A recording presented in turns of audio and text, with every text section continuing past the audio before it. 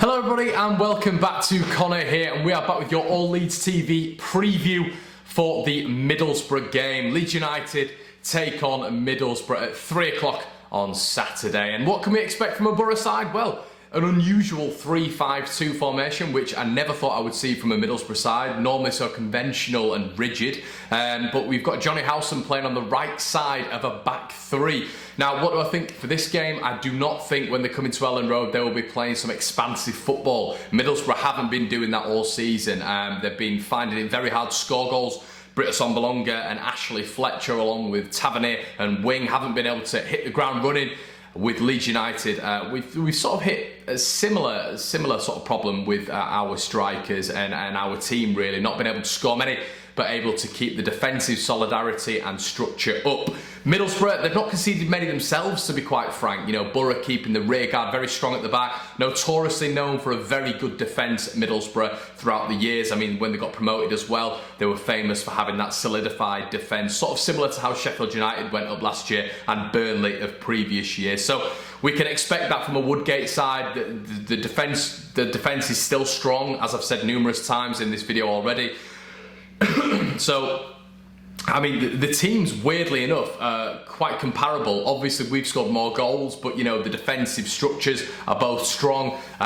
They've not really been able to find the net, really. I think the big difference is between the two teams, obviously the league places, but they're not able to create and fashion as many chances as Leeds United. You know, we're creating a massive amount of chances. You look at the XG, Leeds are top of the league for the amount of goals that we should have scored and maybe haven't or have. Middlesbrough still not able to fashion chances. But, you know, you look at it, Britta Sombalonga, 6 goals this season, you know, only 1 below Patrick Bamford, and Ashley Fletcher getting amongst the goals last night against Barnsley for Boro. So they're definitely not shy in the goals department. You know, they have got goal scorers there. It's just whether or not they can find their flow.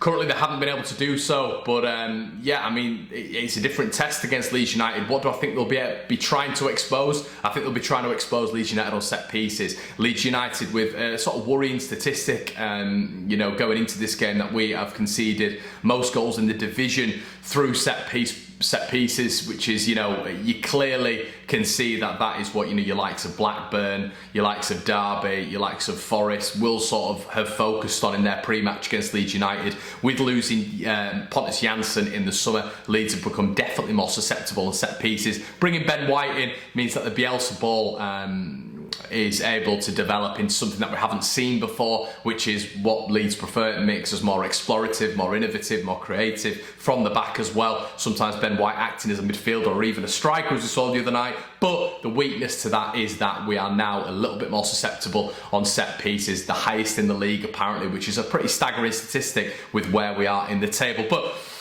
where can we hit Middlesbrough? Well, we can hit Middlesbrough in all directions. You know, we're a possession-based football, we're a counter-attacking team as well, and with the likes of Helder Costa starting, I think we're going to have pace, pragmatism and dynamism on the break against the Middlesbrough side, who are quite slow, quite ageing as well.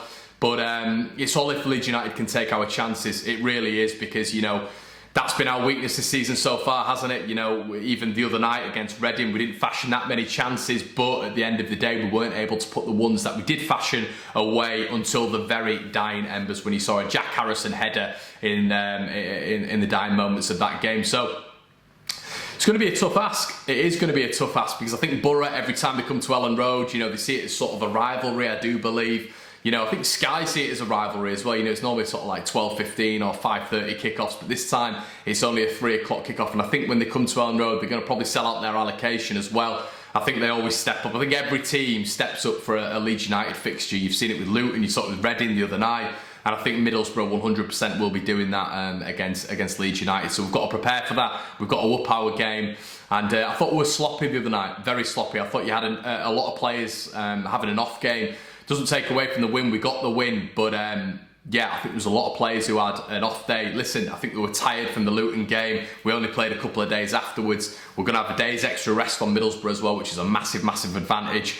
But yeah, hopefully the players have had the rest. You know, they've not been hammered too much in training, because I think, you know, a lot of our key players, Pablo, Phillips, you know, Click in particular. Obviously, Bamford very isolated again. But we need our key players to step up for this one, because, you know, it's going to be backs against the wall, especially with the set pieces, and we need to stand up and be counted for, because I'm convinced Boro will be you know, testing us on that element. So when we get the ball, when we get it in possession, we need to be effective. We can't be sloppy, we can't be slack. We need to be effective in what we do, and we need to be efficient ultimately in what we do, and we need to put them to the sword. We need to take our chances, because I don't think against the Middlesbrough side who are defensively resolute, we're going to get that many. I know a lot of you are going to turn around and say, Conor, why are you giving them so much credit? They are where they are in the table. I still, you know, I've watched the past sort of 2 or 3 games, and you know, just because they've been on the TV, you know, they've been on Quest or the AFL highlights, and they do look quite. They still look good at the back, and yeah, as I've said multiple times in this video, it is just going forward for Middlesbrough. So yeah, that's it really, guys. I mean, we know what to expect from both sides. I think the big thing for Leeds United in this game is going to be taking our chances. I think when Middlesbrough play the 3-5-2, I think they're ultimately going to go to a back 5 quite a lot. You know, they like to play the wing backs. I think the wing back's going to hit back into that back 3 numerous times, and it is going to be a case of Leeds getting through that 8. Do you know what I mean? Getting through that 8 and being creative. A lot of the times, what worried me the other night against Reading, I was very impressed with Reading actually. You know, kudos to you Reading fans. We had a lot of you commenting on the videos saying thank you for giving us a little bit of credit, because, you know, credit where credit's due. If a team comes up against Leeds United, scuppers us, restricts us with chances, you've got to turn around and say fair play. You can't always turn around and say Leeds had an off day. You've got to say sometimes that the opposition, you know, came up against the Leeds United side and they were better, you know, they were better in terms of keeping us out, keeping us restricted. So yeah, that's what you've got to ultimately take away from that. So yeah, and that's where I sort of see the similarities with Boro in a sense, because they played 3 at the back. They had Morrison, Miazga, and more at the back, and they were able to keep Leeds out. Now, our Boro are going to try do that with the back 3 as well.